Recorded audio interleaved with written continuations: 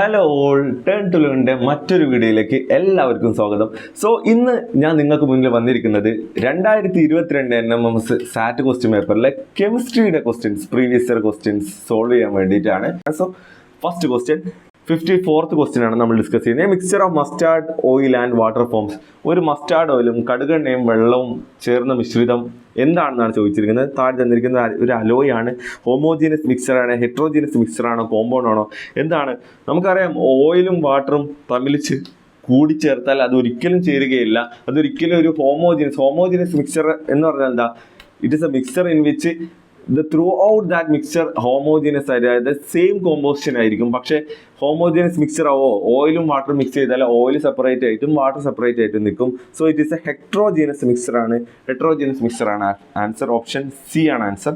55th question, which of the following set of coefficients would balance the given chemical equation. താഴെ തന്നിരിക്കുന്നവയിൽ ഏതൊക്കെ coefficient കൊടുത്താലാണ് ഈ equation balance ആയിട്ട് പോവുക? സോ നമുക്ക് തന്നിരിക്കുന്നത് N2 + H2 gives NH3. ഇതിനെ നമുക്ക് ബാലൻസ് ചെയ്യണം. സോ നമുക്ക് ഇതിൽ എന്താ, നമുക്കിത് ബാലൻസ് ചെയ്യണമെങ്കിൽ നമുക്കിവിടെ നൈട്രജൻ, ഇവിടെ രണ്ട് നൈട്രജൻ ഉണ്ട്, ഇവിടെ രണ്ട് നൈട്രജൻ ആണല്ലോ. അപ്പോൾ ഇവിടെ എന്ത് ചെയ്യണം? NH3 എന്നുള്ള ഭാഗത്ത് രണ്ട്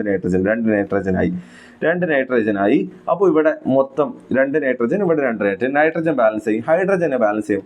ഇവിടെ രണ്ട് അമോണിയ ഉണ്ട്, ഒരു അമോണിയയിൽ 3 ഹൈഡ്രജൻ ഉണ്ട്. അപ്പോൾ 2 × 6 മൊത്തം 6 ഹൈഡ്രജൻ ഉണ്ട്. ഇവിടെയും എത്ര ഹൈഡ്രജൻ ആണ്? 6 ഹൈഡ്രജൻ ആണ്. ഇവിടെ ഓൾറെഡി 2 ഹൈഡ്രജൻ ഉണ്ട്. അപ്പോൾ 3 × 2 ആണ് 6 വരുന്നത്. സോ നമ്മുടെ ഇക്വേഷൻ വരുന്നത് N2 + 3H2 gives 2NH3. അപ്പോൾ എന്താണ് നമ്മുടെ ഓപ്ഷൻ വരുന്നത്? നൈട്രജന്റെ കോഎഫിഷ്യന്റ് എത്രയാണ്? 1. ഹൈഡ്രജന്റെ കോഎഫിഷ്യന്റ് എത്ര? 3. ആൻഡ് അമോണിയന്റെ കോഎഫിഷ്യന്റ് 2. സോ ഓപ്ഷൻ ഡി ആണ് വരുന്നത് നമ്മുടെ ആൻസർ. സോ നമ്മൾ അടുത്ത ക്വസ്റ്റ്യനിലേക്ക് പോവാണ്. 56th ക്വസ്റ്റ്യൻ ആണ് പോകുന്നത്. The mixture of common salt and ammonium chloride can be separated by. Ammonium ക്ലോറൈഡും നമ്മുടെ ഉപ്പും, അതായത് സോഡിയം ക്ലോറൈഡും തമ്മിൽ സെപ്പറേറ്റ് ചെയ്യുന്ന പ്രോസസ് ഏതാണെന്ന് ചോദിച്ചിരിക്കുന്നത്. ഇതിൽ നമുക്ക് അറിയേണ്ട ഒരു കാര്യം, അമോണിയം ക്ലോറൈഡ് എന്നുള്ള സബ്സ്റ്റൻസ് ഒരു വോളറ്റൈൽ ആയിട്ടുള്ള സബ്സ്റ്റൻസ്. വോളറ്റൈൽ എന്ന് പറഞ്ഞാൽ സബ്ലിമേഷൻ നടക്കുന്നത്. സബ്ലിമേഷൻ എന്ന് പറഞ്ഞാൽ എന്താ? ലിക്വിഡ് ആവാതെ ഒരു സോളിഡ് ആയിട്ടുള്ള സബ്സ്റ്റൻസ്. സബ്ലിമേഷൻ എന്ന് പറഞ്ഞാൽ ഒരു സോളിഡ് ആയിട്ടുള്ള സബ്സ്റ്റൻസ് ഡയറക്ട്ലി ഗ്യാസ് ആവുന്ന പ്രോസസ്സിനാണ് നമ്മൾ സബ്ലിമേഷൻ എന്ന് പറയുന്നത്. സോ അമോണിയം ക്ലോറൈഡ് അങ്ങനത്തെ ഒരു കോമ്പൗണ്ട് ആണ്. അതായത് ഡയറക്ട്ലി അത് എന്ത് ചെയ്യും? ഹീറ്റ് ചെയ്ത് കഴിഞ്ഞാൽ ഡയറക്ട്ലി അത് എന്താകും? അത് ഗ്യാസ് ആയിട്ട് മാറും. വേറെ നമുക്ക് സാൾട്ട് എന്താണ്? ആദ്യം അത് ലിക്വിഡ് ആയിട്ടേ ഗ്യാസ് ആയിട്ട് മാറുള്ളൂ. സോ ഹീറ്റ് ചെയ്ത് കഴിഞ്ഞാൽ സോഡിയം ക്ലോറൈഡ് ഗ്യാസ് ആവുന്നതിന് മുന്നേ തന്നെ എന്ത് ഗ്യാസ് ആവും? വോളറ്റൈൽ ആയതുകൊണ്ട് അമോണിയം ക്ലോറൈഡ് പെട്ടെന്ന് തന്നെ സബ്ലൈം ആയിട്ട് ഗ്യാസ് ആയിട്ട് മാറും. സോ നമുക്ക് അതിനെ സെപ്പറേറ്റ് ചെയ്യാൻ നമുക്ക് സബ്ലിമേഷൻ എന്നുള്ള പ്രോസസ് യൂസ് ചെയ്താൽ മതി. So the option B, sublimation is the answer. And the 57th question, which among the following can be used as an indicator to identify an acid. ഒരു acid ഏതാണെന്ന് തിരിച്ചറിയാൻ നമ്മൾ ഇതിൽ ഏത് ഇൻഡിക്കേറ്റർ ഉപയോഗിക്കും? നമ്മൾ മീഥൈൽ ഓറഞ്ച് ആണ് ഉപയോഗിക്കുന്നത്. കാരണം ഫിനോഫ്തലിൻ നമ്മൾ യൂസ് ചെയ്യുന്നത് നമ്മൾ ആസിഡ് ആയിട്ട് ട്രീറ്റ് ചെയ്താൽ അതിൻ്റെ കളറിന് ഒരു മാറ്റം സംഭവിക്കില്ല. റെഡ് ലിറ്റ്മസ് പേപ്പർ, നമുക്കറിയാം റെഡ് ലിറ്റ്മസ് പേപ്പർ ബ്ലൂ ആവണമെന്നുണ്ടെങ്കിൽ അത് ബേസ് ആയിരിക്കണം. റെഡ് ലിറ്റ്മസ് പേപ്പർ ആസിഡിൽ വെച്ച് കഴിഞ്ഞാൽ അതിനൊരു ചേഞ്ച് ഉണ്ടാവില്ല. അപ്പോൾ അതുമല്ല ആൻസർ.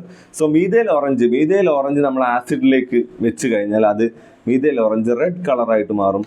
സോ നമുക്ക് അതിന് ആസിഡിനെ തിരിച്ചറിയാൻ വേണ്ടിയിട്ടുള്ള ഇൻഡിക്കേറ്റർ ആയിട്ട് നമ്മൾ യൂസ് ചെയ്യുന്നത്. ടർമറിക് ഒരു യെല്ലോ കളറാണ്, അത് ആസിഡിൽ വെച്ച് കഴിഞ്ഞാൽ ഒരിക്കലും അതിന് ചേഞ്ച് ഒന്നും ഉണ്ടാവില്ല. പക്ഷേ ബേസിൽ വെച്ചാൽ കഴിഞ്ഞാൽ അത് റെഡ് കളറായിട്ട് മാറും. സോ നമുക്ക് മീഥൈൽ ഓറഞ്ച് ആണ് നമ്മുടെ ആൻസർ ആയിട്ട് വരുന്നത്. 58th question, choose the correct statement regarding the fuels.